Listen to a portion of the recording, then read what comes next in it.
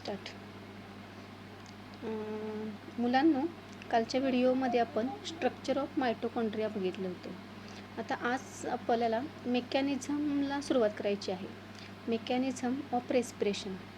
त्याआधी आपल्याला रेस्पिरेशनचे 2 टाईप माहीत पाहिजेत. Respiration consist 2 type. First type is the aerobic respiration and second type is the anaerobic respiration. What is the meaning of the aerobic respiration? The respiration take place in presence of oxygen is known as the aerobic respiration. And what is anaerobic respiration? The respiration take place in absence of oxygen is known as a anaerobic respiration. आता mechanism बघताना सुरुवातीला आपण aerobic रेस्पिरेशनचं mechanism बघणार आहोत आणि त्यानंतर anaerobic रेस्पिरेशनचं mechanism बघणार आहोत. फक्त मी तुम्हाला आत्ता सुरुवातीला स्टेप सांगते की एरोबिक रेस्पिरेशनमध्ये किती स्टेप्स इन्व्हॉल्व आहेत. Aerobic respiration consist 3 step. कोणत्या 3 स्टेप आहेत? फर्स्ट स्टेप आहे ग्लायकोलिसिस, सेकंड स्टेप आहे क्रेब सायकल आणि थर्ड स्टेप आहे इलेक्ट्रॉन ट्रान्सफर सिस्टीम. त्याचप्रमाणे अनएरोबिक रेस्पिरेशनमध्ये सुद्धा 3 स्टेप आहेत. पहिली स्टेप आहे ग्लायकोलिसिस, सेकंड स्टेप आहे डिकार्बोक्झिलेशन आणि तिसरी जी स्टेप आहे त्या तिसऱ्या स्टेपचं नाव आहे रिडक्शन. आता ह्यावरून आपल्याला फक्त काय अंडरस्टँड होते की ग्लायकोलिसिस ही जी स्टेप आहे ती दोन्हीमध्ये कॉमन आहे. दोन्ही रेस्पिरेशनमध्ये कॉमन आहेत. कोणते 2 रेस्पिरेशनचे type? First aerobic respiration and second anaerobic respiration. तर आज आपण बघणार आहोत ग्लायकोलिसिस ही पहिली स्टेप बघणार आहोत. आता ग्लायकोलिसिस त्या वर्डमध्येच त्याचं मीनिंग आहे. What is the meaning of the glycolysis? Glyco means glucose and lysis means breakdown. आता ह्यामध्ये कशाचं ब्रेकडाऊन आणि कशामध्ये होतं? Glucose is breakdown in to 2 molecules of the pyruvic acid. मग ह्यावरून आपल्याला डेफिनेशन काय सांगता येईल ग्लायकोलिसिसची?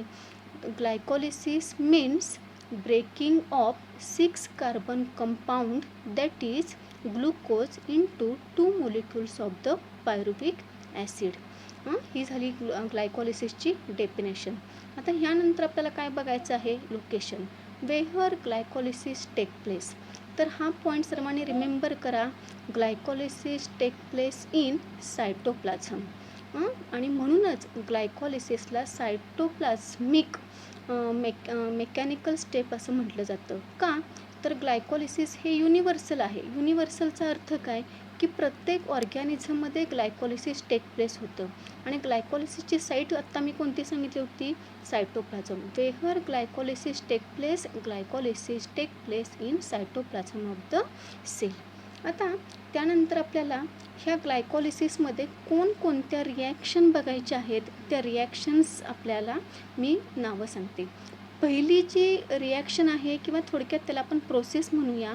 फर्स्ट प्रोसेसचं नाव आहे फॉस्फोरायलेशन फर्स्ट. सेकंड प्रोसेस आहे आयसोमरायझेशन. थर्ड प्रोसेस आहे phosphorylation second. Fourth cleavage. Fifth process आहे isomerization. Sixth oxidation and phosphorylation. Seventh process आहे ATP generation first. 8th process आहे आयसोमरायझेशन. 9th प्रोसेस आहे डिहायड्रेशन आणि 10th जी process आहे त्याचं नाव आहे ATP जनरेशन सेकंड. आता सुरुवातीला मी थोडक्यात तुम्हाला त्याचा मॅप सांगते की ग्लायकोलिसिसमध्ये कन्व्हर्जन होऊन त्यापासून कशाचं कन्व्हर्जन कशामध्ये होतं आणि त्यामध्ये पायरुविक ॲसिड कसं तयार होतं.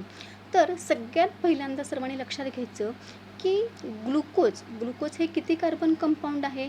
6 कार्बन कंपाऊंड. ग्लुकोज हे काय आहे? शुगर आहे किंवा आपण थोडक्यात त्याला काय म्हणतो? Type of the carbohydrate.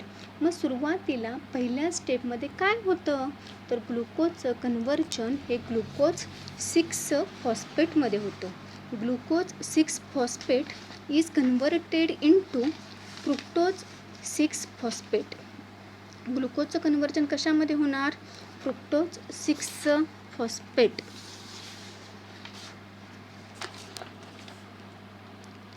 And fructose 6-phosphate is converted into fructose 1,6 diphosphate.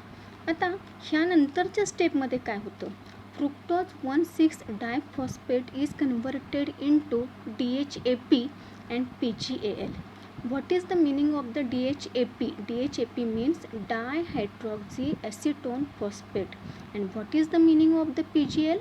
Phosphoglyceraldehyde. आता ह्या स्टेपमध्ये क्लिवेजिंग होतं आणि DHAP आणि PGL हे एकमेकांचे आयसोमर्स आहेत. मग DHAPचं पुन्हा कन्वर्जन कशामध्ये होतं? PGAL आणि PGAL पासून पुन्हा काय तयार होणार? 1,3-DiPGA. 1,3-DiPGAचं कन्वर्जन कशामध्ये होतं? 3-PGA. PGA means phosphoglyceric acid. पुन्हा ह्या 3-PGAचं कन्वर्जन कशामध्ये होतं? 2-फॉस्फोग्लिसरिक ॲसिड. आणि 2-PGA पासून पुन्हा काय तयार होतं? Phosphoenol pyruvic acid. And phosphoenol pyruvic acid is lastly converted into 2 molecules of the pyruvic acid.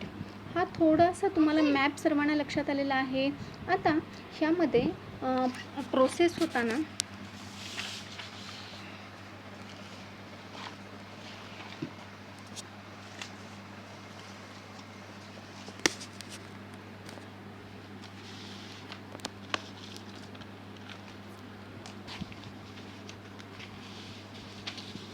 बघा, पहिल्या यामध्ये आपण पहिली प्रोसेस कोणती बघितली होती? Phosphorylation first.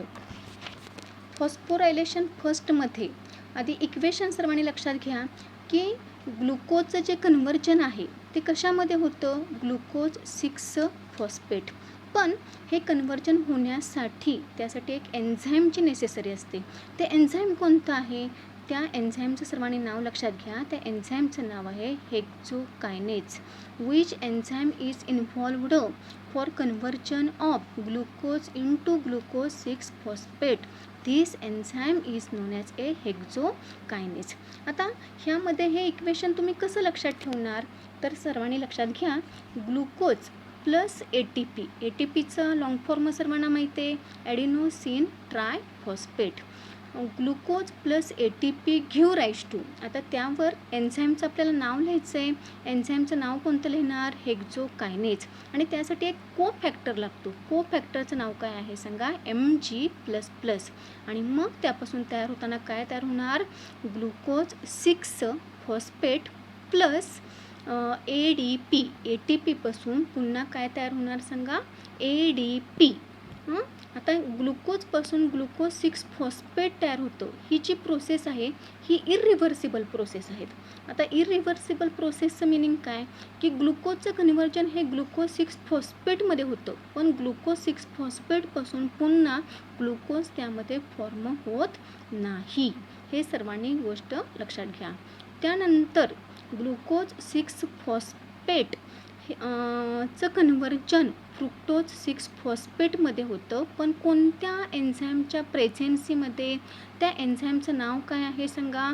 फॉस्फोग्लुको आयसोमरेज. दोन रिॲक्शन सर्वांना लक्षात आल्या का? पहिली रिॲक्शन आपण कोणती बघितली? Phosphorylation first. सेकंड रिॲक्शन कोणती बघितली? आयसोमरायझेशन.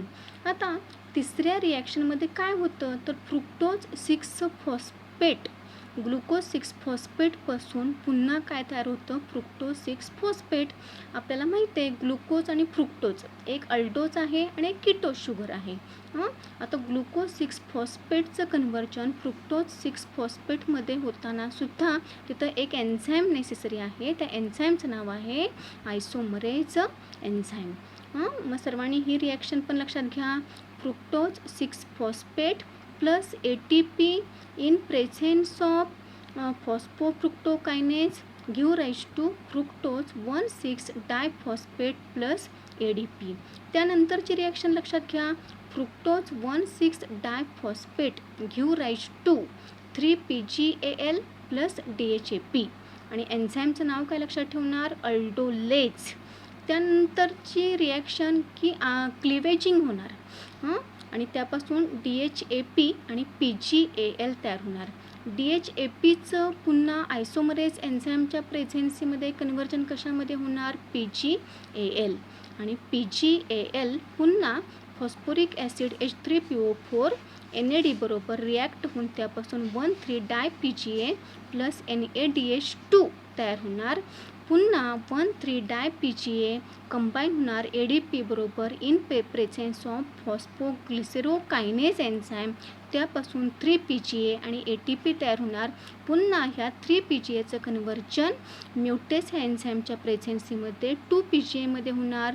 2-PGA पासून पुन्हा फॉस्फोइनॉल पायरुविक ॲसिड आणि वॉटर फॉर्म होणार. ह्यामध्ये एन्झाईम एनोलेज इन्व्हॉल्व असणार. आणि finally phosphoenol pyruvic acid ADP बरोबर कंबाईन होणार in presence of the water आणि त्यापासून पायरुविक ॲसिड आणि ATP तयार होणार. ह्यावरून आपल्याला काय लक्षात येतो आहे की पहिल्यांदा जे 6 कार्बन कंपाऊंड ग्लुकोज आहे त्या ग्लुकोजचं कन्व्हर्जन हे कशामध्ये झालेलं आहे सांगा. 3 कार्बन कंपाऊंड त्याचं नाव काय आहे पायरुविक ॲसिड. आता ओव्हरऑल रिॲक्शन जर आपल्याला ऑब्झर्व करायची म्हटली तर ओव्हरऑल रिॲक्शन ह्यामध्ये काय सांगणार. Glucose plus twice NAD plus twice ADP plus twice PI give rise to. त्यापासून फॉर्मेशन कशाचं होणार 2 pyruvate plus 2 NADH2 plus twice ATP. म्हणजे 2 ATP मोलिक्यूल तयार होणार आणि 2 NADH2 मोलिक्यूल तयार होणार. पण एक NADH2 मोलिक्यूल म्हणजे 3 ATP मोलिक्यूल. म्हणजे 2 NADH2 पासून 6 ATP मोलिक्यूल तयार झाले आणि 2 ATP ऑलरेडी फॉर्म झालेले आहेत. म्हणजे नेट गेन आपला हा किती झालेला आहे ATP मोलिक्यूलचा. 8 ATP molecules are formed in a glycolysis. म्हणजे 2 ATP हे कंझ्युम झालेले आहेत आणि 2 ATP हे तयार झालेले आहेत आणि त्याचबरोबर 2 NADH2 मोलिक्यूलचं फॉर्मेशन झालेलं आहे. आता पुन्हा थोडासा हा ओव्हरऑल व्ह्यू मी तुम्हाला सांगते. ओव्हरऑल व्ह्यूमध्ये काय लक्षात ठेवणार सर्वांनी. पहिल्यांदा ग्लुकोजचं कन्व्हर्जन कशामध्ये ग्लुकोज 6 फॉस्फेट. ग्लुकोज 6 फॉस्फेटपासून फ्रुक्टोज 6 फॉस्फेट. फ्रुक्टोज 6 फॉस्फेटचं conversion fructose one six diphosphate. Enzyme aldolase एन्झाईमच्या प्रेझेन्सीमध्ये त्याचं क्लिवेजिंग होणार. त्यापासून 2-3 कार्बन कंपाऊंड एक DHAP दुसरा PGAL फॉर्म होणार. DHAPचं कन्व्हर्जन पुन्हा PGALमध्ये होणार. PGAL पासून 1,3-डाय-PGA 1,3-डाय-PGA पासून 3-PGA 3-PGAचं कन्व्हर्जन 2-PGA आणि 2-PGA पासून फॉस्फोइनॉल पायरुविक ॲसिड आणि फायनली त्यापासून 2 मोलिक्यूल हे पायरुविक ॲसिडचे तयार होणार. त्यामध्ये प्रोसेस कोणकोणत्या सांगितल्या होत्या. पहिली प्रोसेस कोणती आहे फॉस्फोरायलेशन फर्स्ट. सेकंड आहे आयसोमरायझेशन. थर्ड आहे फॉस्फोरायलेशन सेकंड. फोर्थ आहे cleavage. Fifth isomerization. Sixth oxidation and phosphorylation. Seventh ATP generation first. 8 isomerization. 9th dehydration and 10th ATP generation second.